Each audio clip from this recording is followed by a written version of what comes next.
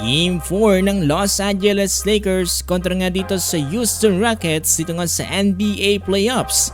Laglagan na do or die matchup for the Houston Rockets. Wawakasan na ba ng Lakers etong Rockets o mapagpapatuloy pa to hanggang Game 5?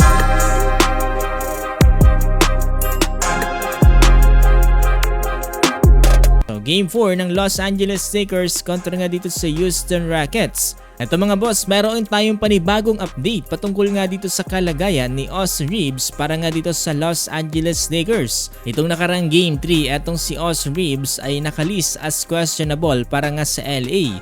At tuluyan na nga siyang hindi pinaglaro dyan dito nga ni Coach JJ Redick. Pero dito sa Game 4 mga boss, mukhang malaki na ang chance na etong si Austin Reaves ay babalik line-up na. 23 days ago, etong si Austin Reaves ay nagkaroon nga ng oblique strain.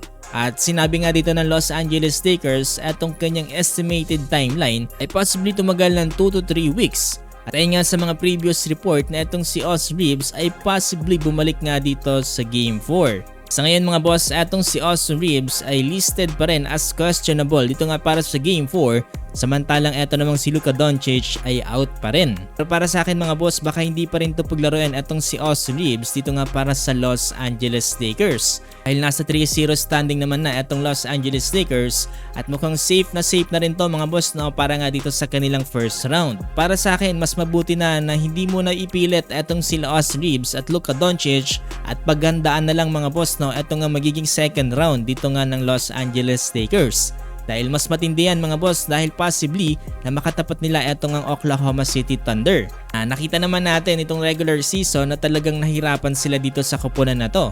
Mas maganda na 100% na okay etong sila Austin Reaves at Luka Doncic dito nga sa game na to. Dahil mas kakailanganin sila dyan dito nga ng LA. So para sa akin mga boss, hindi ko na i-release etong si Austin Reaves dito nga sa Game 4 o kaya Game 5 dahil mukhang sure naman na etong Los Angeles Lakers dito. Para sa akin, iti-take ko ng risk na magpahinga na lang sila muna at maghanda na lang sa second round. Pero bago yan mga boss, eto sinabayan ng Molten Basketball etong init ng NBA Finals ngayon. Bagsak presyo sila, 66% off. Ating tig 1,600 ngayon, mabibili mo na lamang ng 539 pesos sa Shopee. Ano pang hinihintay nyo, i-click nyo na yung link sa comment section.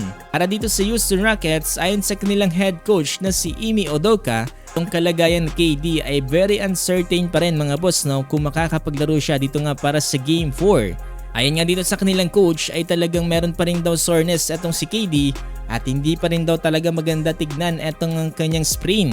Bukas din natin malalaman kung ipipilit nilang makapaglaro etong si KD. Totoo niyan mga boss, medyo magulo na ngayon etong ang team chemistry ng Houston Rockets. KD mga boss, parang tuluyan na nga nangulan ng gana dito nga sa kanilang team. Baka nga mag-request na naman to ng trade this NBA off-season. Ayun mga boss, mukhang relax na lang naman etong Los Angeles Lakers.